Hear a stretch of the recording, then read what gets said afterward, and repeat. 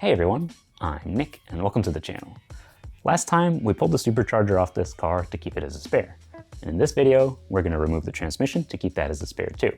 Because I need to get rid of this car because it has a blown engine and it's been taking up space for a long time. And I also have another Mini Cooper S that's in much better shape. So while we're removing the transmission, we'll also keep an eye out for all the strange stuff that might have been done to this car.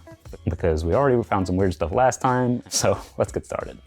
Now, I was starting to look at the transmission because that's what we're going to take out next, and I noticed something. I was spraying some PV Blaster on the bolts for the transmission mount, and these all look good, these three. But back here, there's a fourth, and it's just not bolted in all the way. So that's a nice surprise. That'll be, I wonder what happened there. I guess we'll find out eventually. But it's held on with bolts here, held on to there, and we're gonna have to disconnect the linkages for the shifter. And this is the cylinder here for the clutch. So there's a lot of stuff we're gonna have to move out of the way. The first step to getting the transmission out is to get the wheels off and the axle out, and there's a security plug bolt.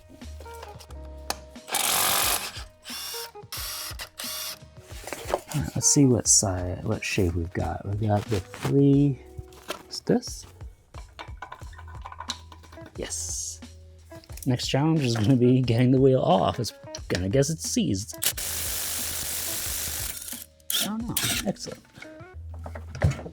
All right, so we got 32 millimeters here.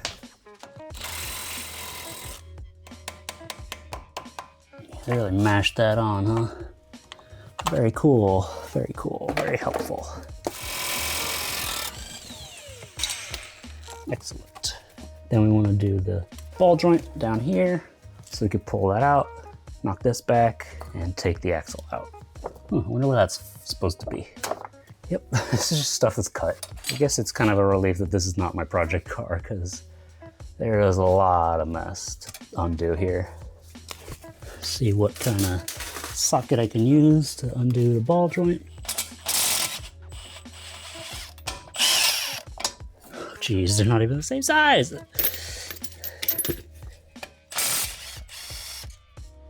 As I was able to separate the ball joint, which means this could come forward. Let me straighten out the steering wheel and we can try to push the axle back.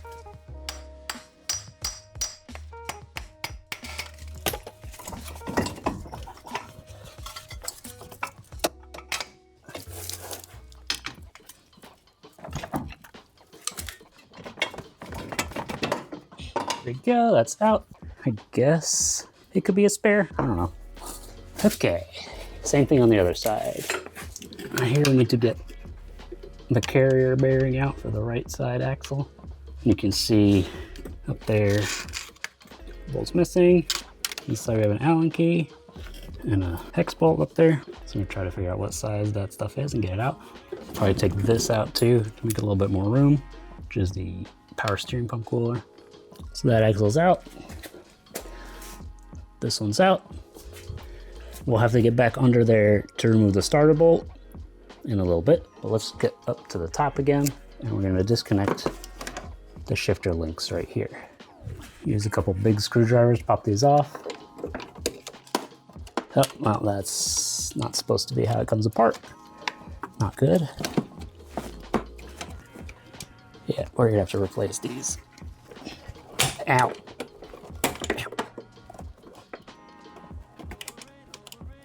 So the axle's removed. I ended up bolting the ball joints back in right there so they can still move it without the axles. And we can turn our attention to the transmission. So there is transmission fluid in here, even though it's a manual, so I am gonna drain that. It'll make it slightly lighter and hopefully a lot less messy. So let's work on that. So for that, the drain plug is right here. So I'm gonna get a catch can, undo the plug, and let that drain out. That's an 8mm Allen key.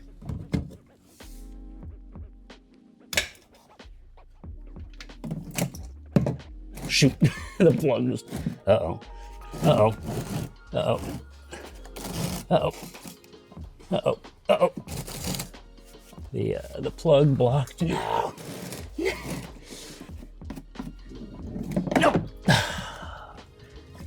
shoot. I could drop the tool and the plug into the catch can. Oh, great. There we go. Managed to drop that in. It was a little bit of something a little shiny. Not entirely surprised because it was pushed really hard, but it wasn't too dark, so who knows. Now we're going to remove the clutch slave cylinder. It's two 12mm bolts. This is going to drip hydraulic fluid. There's a clip here. There we go. Yep, there's the fluid coming out. And let me get these bolts out. Oh.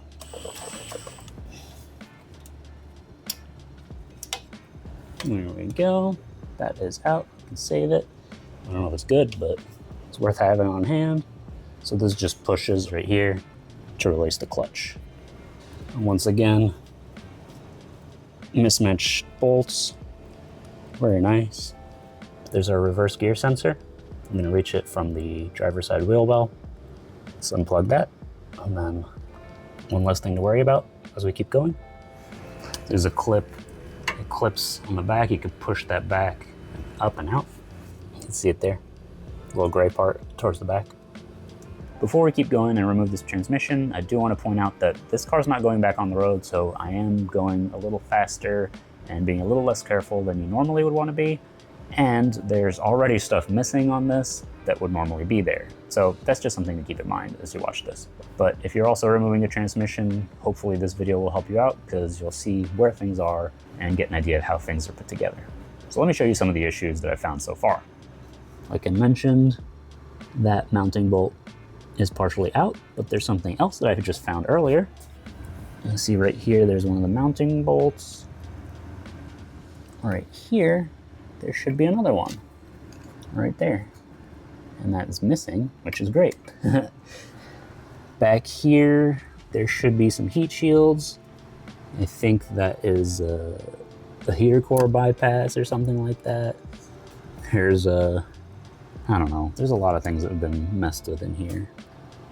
Now, what I'm gonna work on next is the starter, which we can see right there. There is a bolt. One of the bolts is under there. It's a little hard to film. That's one of the bolts right there. So I'm gonna have to work from the top here and the bottom to get the starter out. Oh, and while we're here, you can also see there was a valve cover leak. And yeah, they just kind of slapped some goop on it to seal it up. This is the other side of the starter. See one of the bolts there. I think I'll try to loosen the top bolt first and then come back down here to get that out. It should just be those two. Oh, and you can see here the oil cooler mount thing, which you can see the one line is kinked, so I don't know how useful that was. And yeah, it's just kind of messy in here. Cool. So I was actually able to get in there through the exhaust manifold with some extensions and a ratchet. So that worked out. And I got the other bolt loose from the bottom side, though you could probably get an extension and work from the bottom as well. With the two bolts out, I just wedged the starter out of the way. Normally you would want to disconnect it first and then remove it completely. But that, I believe, is two of the mounting bolts that hold the transmission and the block together. So I think that's basically everything down here. There's one bolt here near where the passenger side axle comes in or out of the transmission. Then we have our two bolts here and here, and the rest is on the top side. Now, I did find something interesting down here. It's not a bad thing, actually, finally. It's a quick drain oil pan plug, which is quite nice. I might actually pull this off and keep it. Makes oil changes a lot easier. Just pop a hose on it, flip this lever down, oil comes out, flip it back up, and fill it up, change your oil filter, and you're good to go. So that's pretty cool. I think that's the one good thing I've found so far. Everything else has been questionable or suspicious. So next I'm going to break these loose, but first I'm going to show you how I'm supporting the engine before we keep going.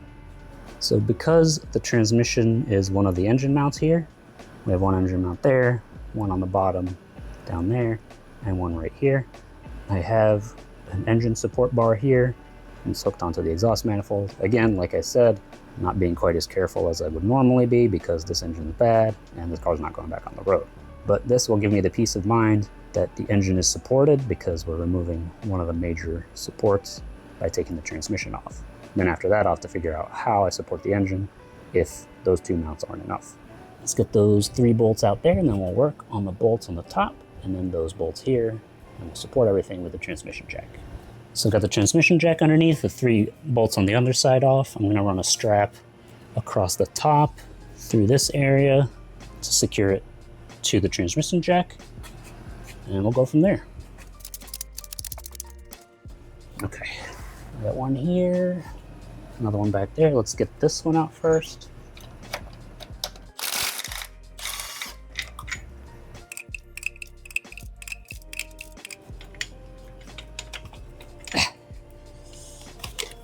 Go. All right. Nope. This has to come out too. Okay. Oh, it's already separating here. Okay. That's helpful that this is already splitting off the engine. Okay. Just hopefully not going to run into any issues. Okay. Now we have the 17mm bolts for the mount up here.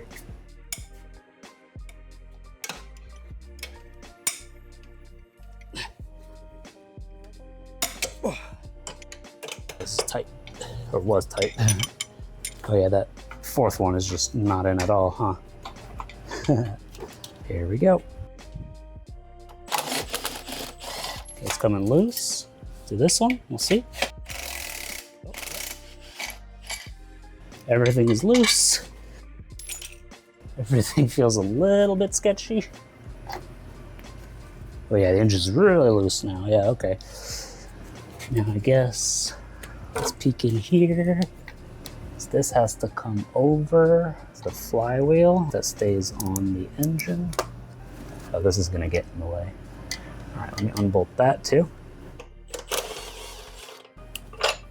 Just for a bit of peace of mind, I'm putting a jack under the engine. Okay, there we go.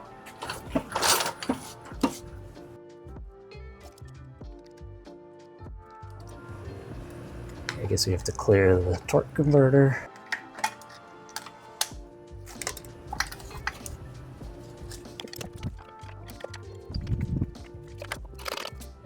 Yeah, that's probably why in the proper procedure you remove the subframe so you slide that over better.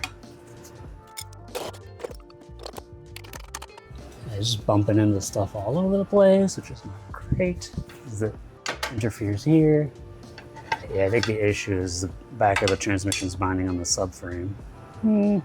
Trying to take shortcuts doesn't always help. I'm gonna loosen the bolts on the subframe, so hopefully it'll dip enough that I can get this out.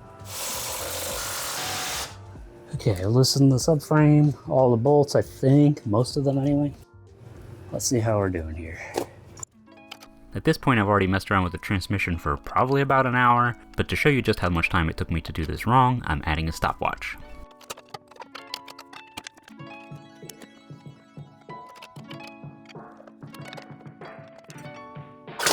Oh.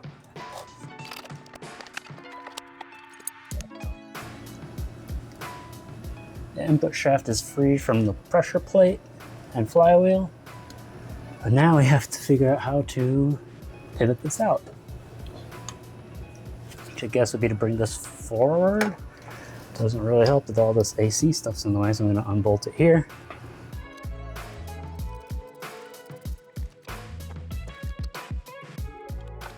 By the way, if you like seeing how long it takes me to do things with the stopwatch, let me know down in the comments and I can add it to future videos too.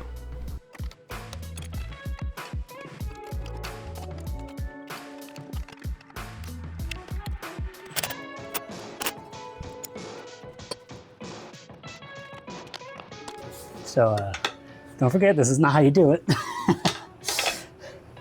I just couldn't bolt it back in because it was out too far, and now we're almost done, I think.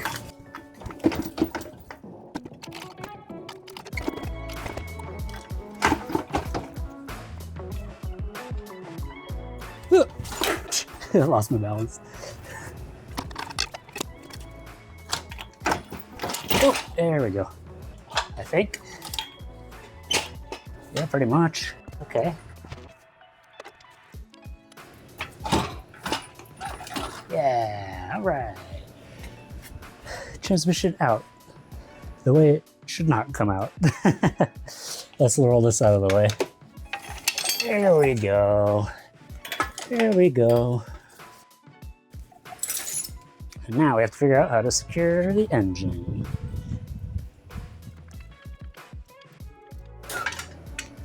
Okay, that's supported. And we can take the clutch and pressure plate off later. Whew, all right. Wow, that's tough. And probably a lot easier if you do it right. We got it.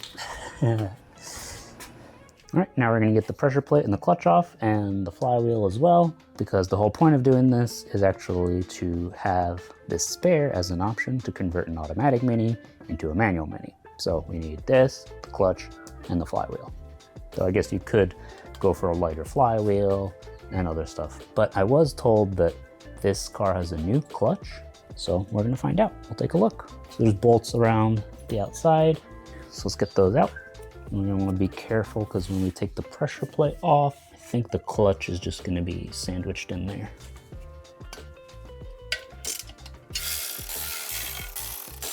You have to be careful because I don't want to drop any of this.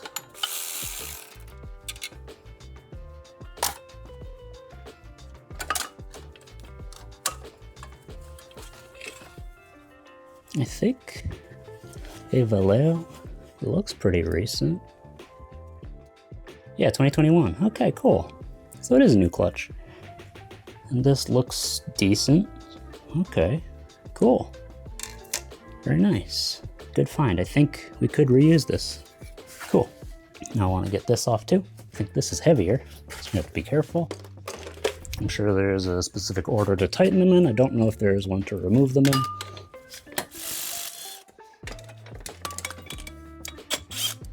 Oh, that's heavy. Shit. This is also new. 2021. The teeth look good. Nice. Ooh, that's heavy. Holy moly. All right, I think that is everything we needed to remove. I do have to figure out how to secure this so that I can roll this around with no transmission. So I'm gonna tighten up a few things, the ball joints, the subframe bolts, and all that. And then I'm probably gonna make some sort of a bracket, like drill a piece of metal here, and then have another one come across to the transmission mount. And that way it supports it. Then I also want to drain the oil, get that fancy drain plug. It'll be nice to have. But yeah, that is basically everything I wanted to get. I'm also going to grab the shifter mechanism and a couple other spares. It'll be good to have on hand. Ow! Ugh. And with that, we have a spare transmission, clutch, pressure plate, flywheel, all ready to go in something else. That was a lot of work. I should have just taken the subframe out. It would have made things a lot easier, maybe a little bit more work up front, a lot less work when it actually came time to remove it. Because once this came out enough, it wasn't going back in, and I actually was gonna try to bolt it back up to the engine, but the input shaft wasn't aligned anymore, and that was it. So I was just kind of stuck with working it out as it was. Once I've secured the engine, there's a couple more things I'm gonna grab, like the shifter and the cables, and the clutch pedal, and I guess also the brake pedal, because for an automatic to manual conversion, you need a lot more than just the transmission. If you want to watch me work on a Mini that's on the road and going back on the road, be sure to subscribe because I've got some projects coming up on my yellow Mini that are really cool. If you enjoyed the video, don't forget to like it and to hype it. Thanks for watching, and I'll see you next time.